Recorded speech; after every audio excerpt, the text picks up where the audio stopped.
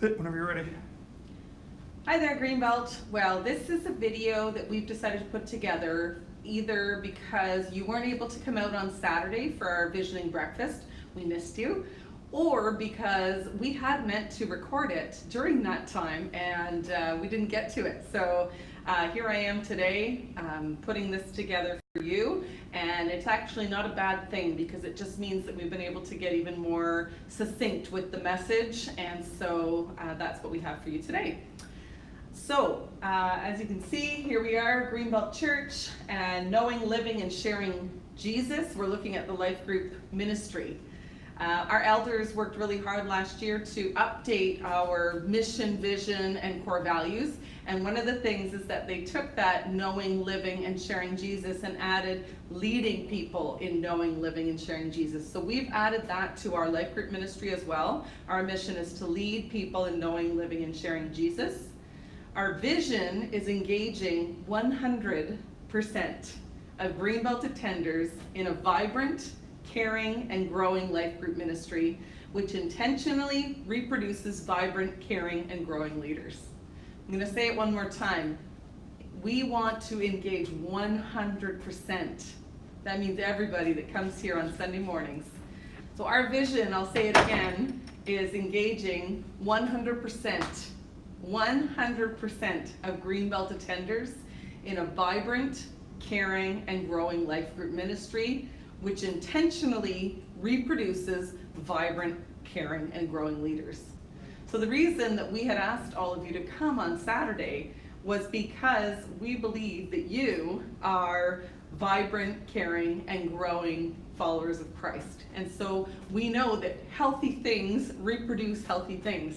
And so being that you fit that bill, we just believe that by bringing, as I've prayed about, God, how do you foresee doing this leadership development? How do you foresee moving forward in this life group ministry? He clearly showed me that you have to start with what's healthy. And so really excited as Kevin and I looked at our list here in Greenbelt and came up with large numbers of you. And I'm sure there's many others as well, but we were able to say absolutely we know that these people are vibrant, caring, and growing, and we can definitely see you as part of this ministry. So what are our core values? I've taken the document that our elders had put together and put it into a core values document for us as Life Group. And so Greenbelt's Life Group ministry is relevant.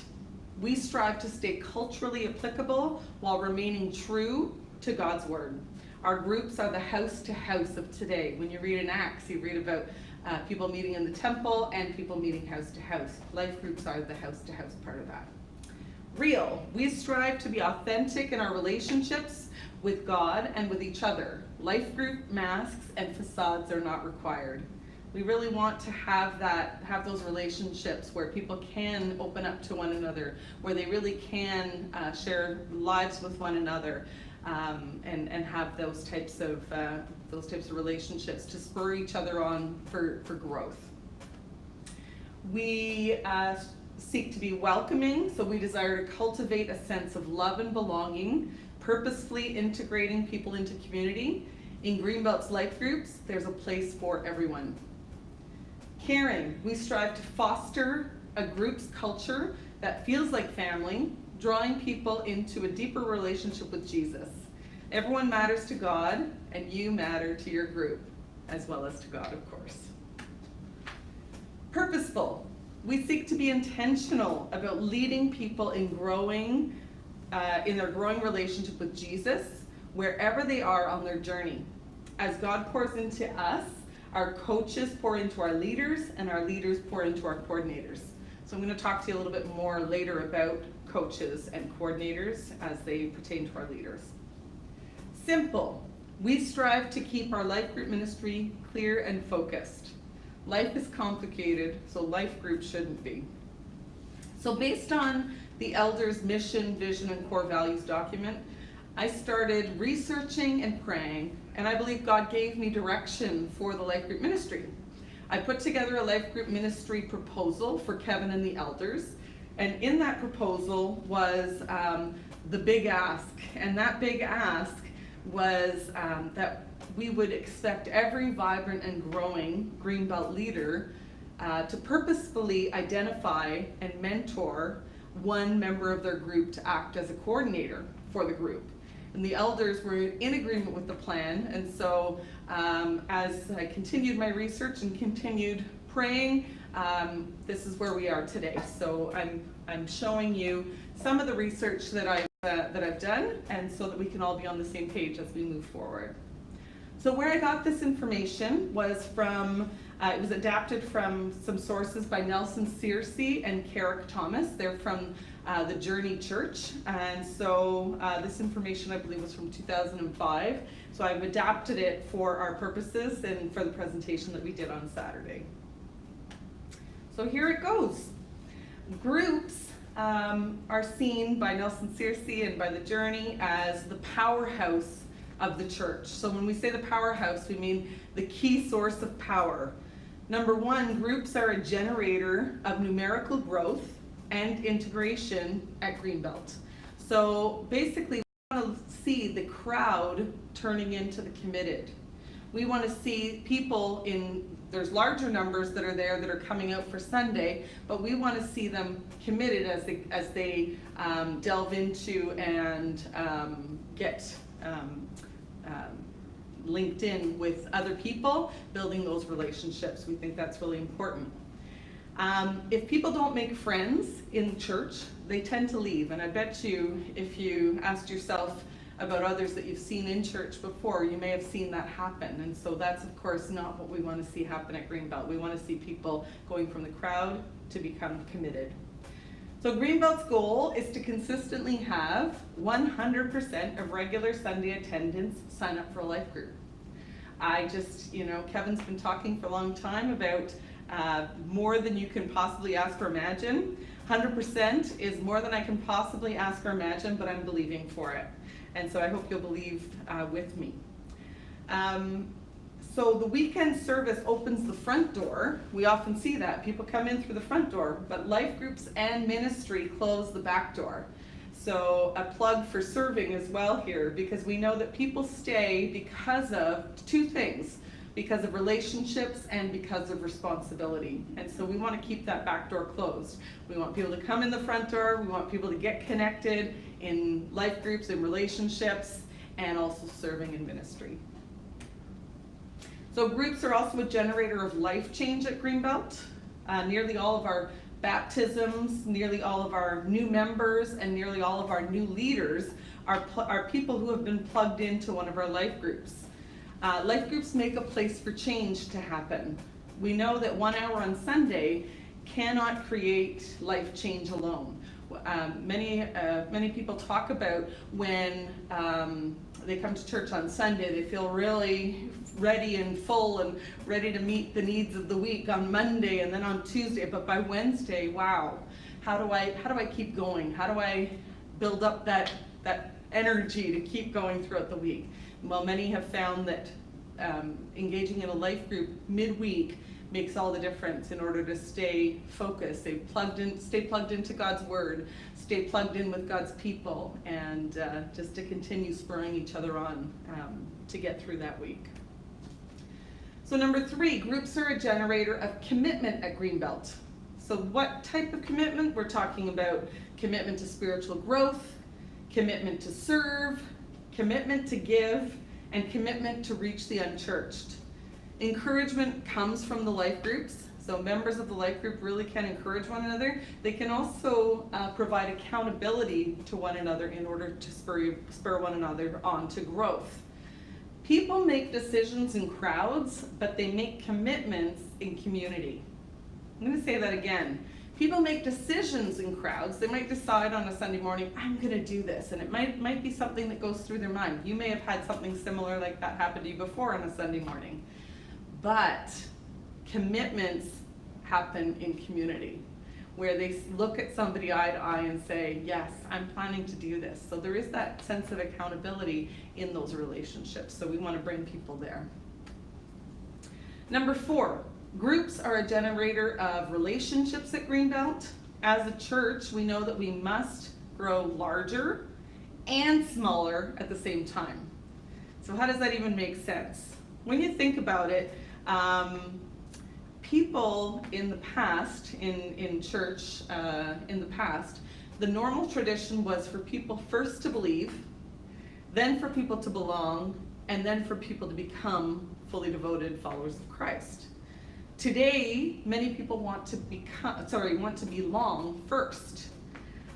So there's been a change there, and so we sort of have to adapt to that. So as a church, as we grow larger, we have to make sure that we're really intentional in those smaller groups so that we're identifying, where people are at and helping them along on their journey. Some people in your group might be there because they really have a desire to belong. They may not believe yet, but that's okay, because it's just switched things around a little bit, and we're believing that God is going to bring them there. So at church, we know you can't know everybody, but everyone must be known, and life groups can provide that. So groups are an antidote for the social disease of loneliness. Do you know that loneliness is an epidemic in our society? Groups are also a safe place for healthy relationships to form. Life-giving relationships. This is something that's really, really important. Not everybody has healthy relationships. Groups provide the best source of pastoral care. Why? Because people are known. In very, very small churches, it's easy for the pastor to know everybody and for everybody to be known by the pastor. But we're looking at an Ephesians 4 type of leadership structure here, where pastors are the equippers, and so they're equipping us as the church to make sure that we are engaged in those life groups, and that we're building into people, getting to know them. We're in each other's lives so that we can do just that, so that we can provide some care and be there for our group members as those needs arise. So as I was doing that research, 3 big small questions came up and that I had to ask myself, and so these are these 3 big questions. So the idea here is, if you want groups to succeed in your church, you have to ask 3 questions. First one is, why life groups or small groups? We're going to use those terms interchangeably. So I asked the crowd on Saturday, and some of the answers that came up: why small groups, why life groups? And so some of the things that came up were because people, like we talked about, people get lonely, they need one another.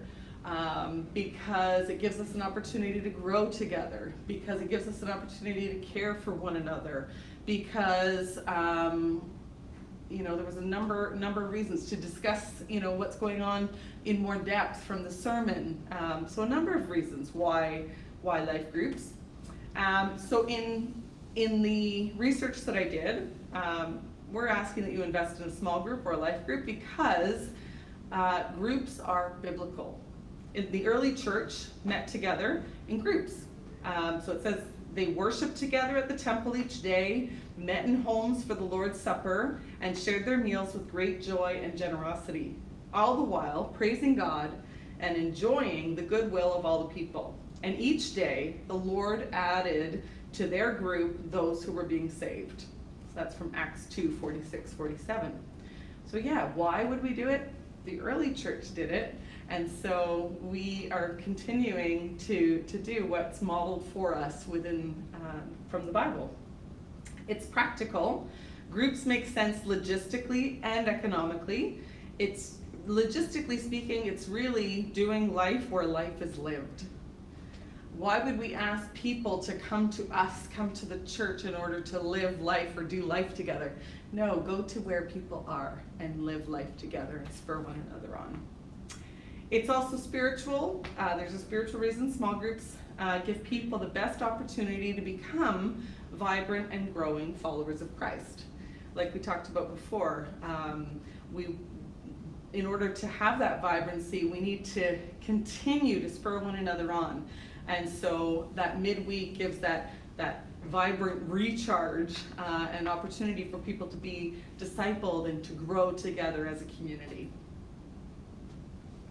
Second question is, are we a church with or are we a church of life groups or small groups. Are small groups just one of many programs at my church? One of the questions to ask ourselves. If so, then my church is a church with small groups. Are small groups integral to the life and identity of my church? If so, then my church is a church of small groups. So I'm thankful looking back on the history of Greenbelt, hearing from elders and those that have been at the church for a long, long time, who say that Greenbelt began with a priority on small groups right from the very, very beginning. And this is before small groups was even a thing. Even before it was popular, Greenbelt started with life groups. So that's pretty exciting. Not life groups necessarily, but a small group structure. So we may have wandered in and out of this with or of life groups over time, but we do desire to be a church of life groups with 100% of people engaged in the ministry.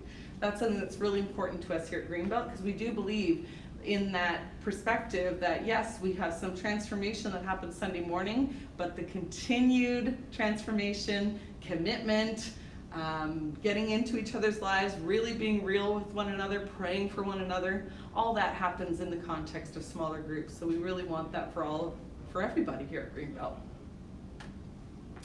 So question number 3, how will the groups be structured?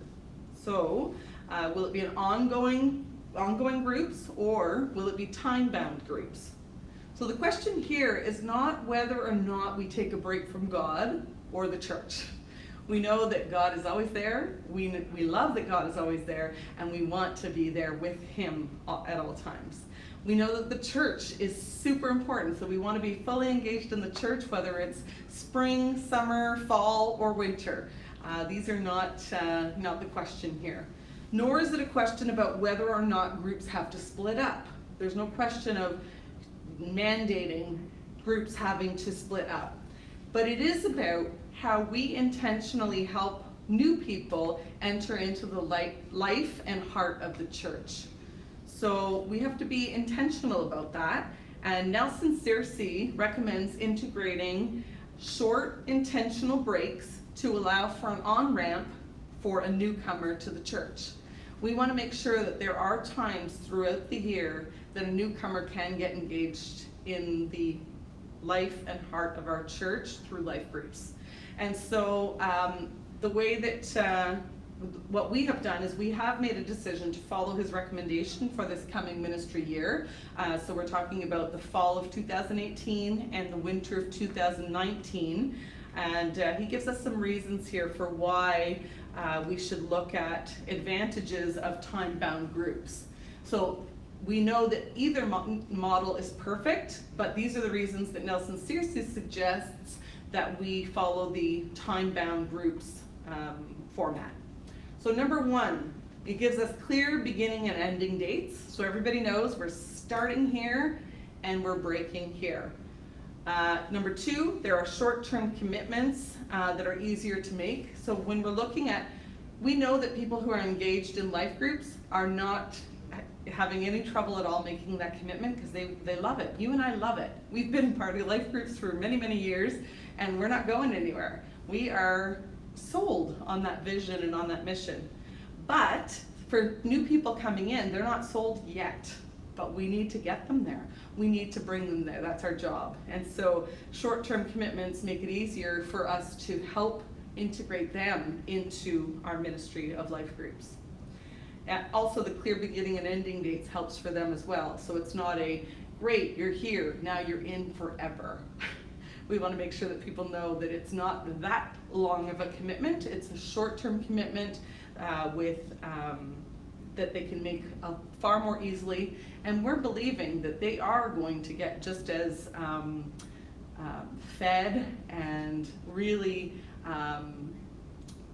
grow to feel like they need to be meeting with others, with other Christians, and that they are wanting to get fully engaged. So that we believe that will come. It also allows for time for group promotion and signups. This gives us 3 times a year where we can intentionally spend 3 weeks or so just making sure that life groups is all people hear, that this is what they need to be doing, that this is how they really can be investing their time and engaging in the life of the church, is by getting into life groups. So we want to make sure that that is clear, loud and clear, and people know that, and they have easy opportunities to sign up and get in and be welcomed. So it's also easier to get into a group when everyone is beginning. So even though we talked about short-term commitments with a clear beginning and ending date, ending doesn't mean the group has to stop. It just means that it's a beginning date and an end date that everybody knows and is clear, and then in 3 weeks we're starting again. And so if a group is happy to meet with one another, they sign up again and they join that group. If there's a spot or two for somebody to join in, all the better. If not, that's okay. But all of our groups are on the same timeline, so it makes for that streamline that everybody knows how to get into a group, and that they have different opportunities throughout the year to do that. It's important to us to know that people can get integrated in that way. It also gives more options for groups, since new topics are offered every few months. So one of the things we talked about is we would like to have all of our groups focusing on the same sermon series for the fall. So when we do fall launch, you'll see the sermon series of What Would Jesus Undo? In that sermon series, in the fall season, we will ask all of our leaders and all of our groups to engage in that curriculum. Now for January and for April, we will have new seasons beginning, and we trust our leaders. So what do you want to do? What does your group want to do? Where do you see would be important to bring your group? What's an interesting topic that you haven't done in a while? What's something that would be, maybe a special group that, hey, I'm gonna focus in on this and do this type of a group. Somebody talked to me the other day about, I'd love to do, a weight loss program, but it's a biblical based weight loss study, and you gather people to do that study for that season. So it just helps for us to be able to offer a number of different things. Other people talked about, what about a life group for new believers? Great. So there's different possibilities, different suggestions, and I mean, there's no limit to the types of possibilities that are out there that people could engage in. So that's what we're looking at. It also, number 6, it matches the calendar for the educational system. So our educational system really is September through June. And so when people naturally are getting started in something, they often get started in September or they get started in January. So one of the suggestions that Nelson Searcy gives is really, use those startup times when people are far more motivated because of just their natural calendar. That's, I'm back to school, or it's the new year and I've got my New Year's resolutions. So really to utilize those powerful time frames in order to help people get engaged. Number 7, lastly, it allows for stress and release growth cycle. So one of the things with stress and release, if you are, going to the gym or anything like that, or if you've ever had a trainer, you would know that with stress and release, it's go, go, go, and rest. It's go, go, go, and rest. And that we, as you can tell, this is what I do all the time. Okay, maybe not. Anyhow, with stress and release, with exercise, when you exercise and do all of the things that you need to be doing, and then you cannot do upper body every day, upper body, upper body, upper body.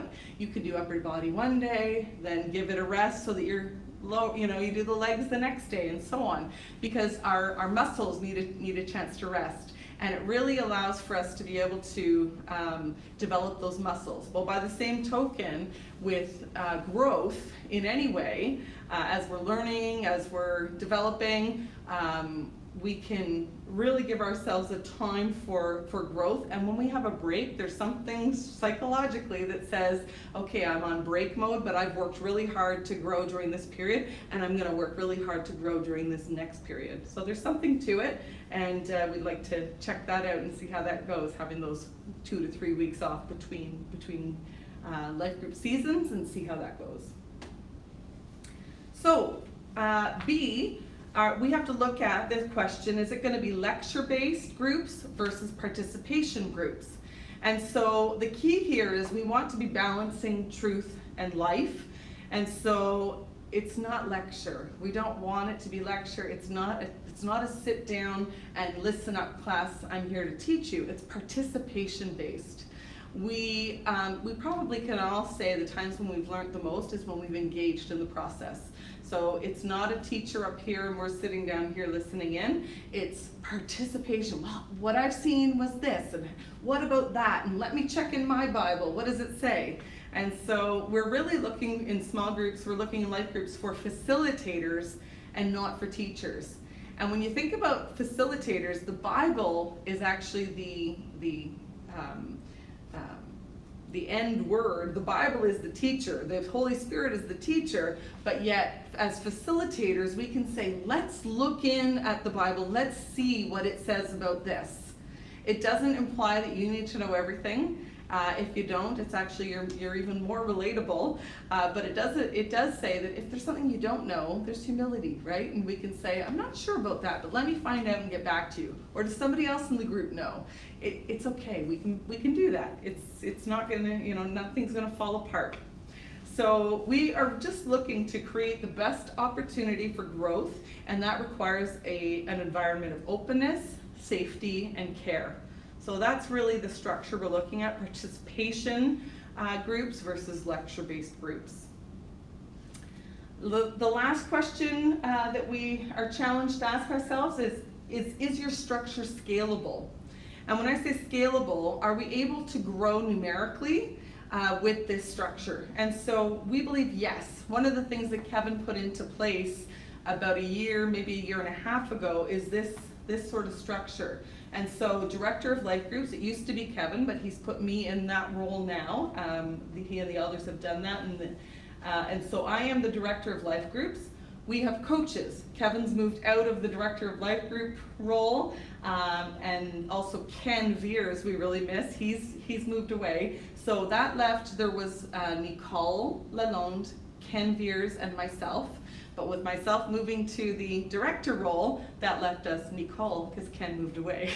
So our team sort of got fairly small, but we're so happy to have Michelle Godin, and she has joined our group of coaches, and really thankful that Kevin has agreed to come into an interim role as a coach until that position is filled. We'd like to have 3 to 5 coaches at this point, because for one ministry director, I can oversee up to 5 coaches.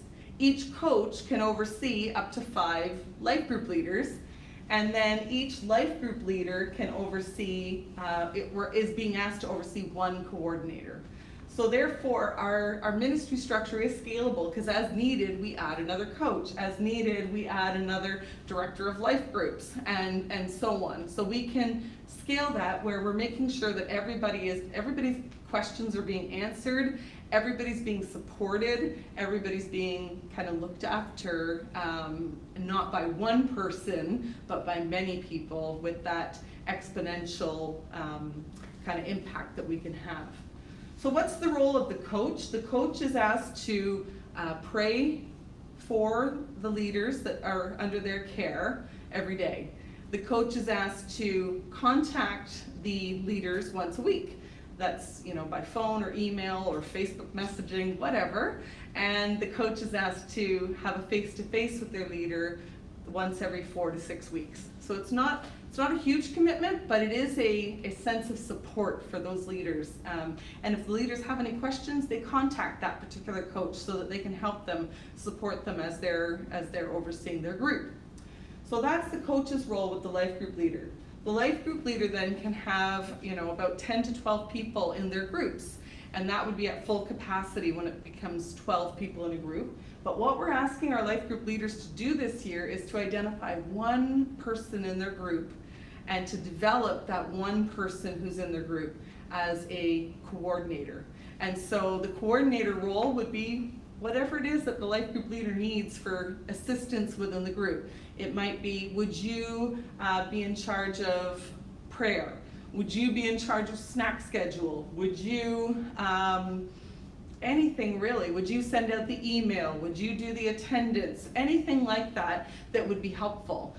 But the idea would be along the way that that coordinator would, start to also be willing and able to facilitate groups, because the leader is bringing them along and helping them to learn how to do that. And so hopefully over time anyway, two things will happen. One, that coordinator will be mentored, will be discipled, will become a growing, vibrant disciple of Christ as the leader is.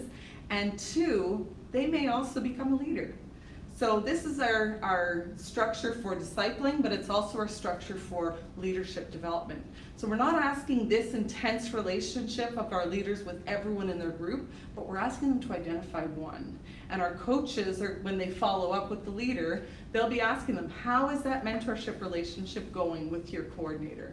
We just believe that we are going to see huge impact within the church as we're seeing every vibrant, growing disciple of Christ really identifying one person within their group. Every leader identifies one to mentor, to shepherd, to help them grow. And we just believe that God is going to do great things in the life of our groups, that He will multiply, that new leaders will rise up, not because we have asked Him to do that we do want to ask Him, but because we have developed them. And so that's something really important. It's something that we're called to do, to make disciples. So that wraps up our talk today. If you have any questions at all, please contact me, Danielle at greenbelt.church, and I'd be so happy to talk more with you and to just get on board with one another and to see all that God wants to do in your lives, in my life, and in the life of everyone in this church. Thank you.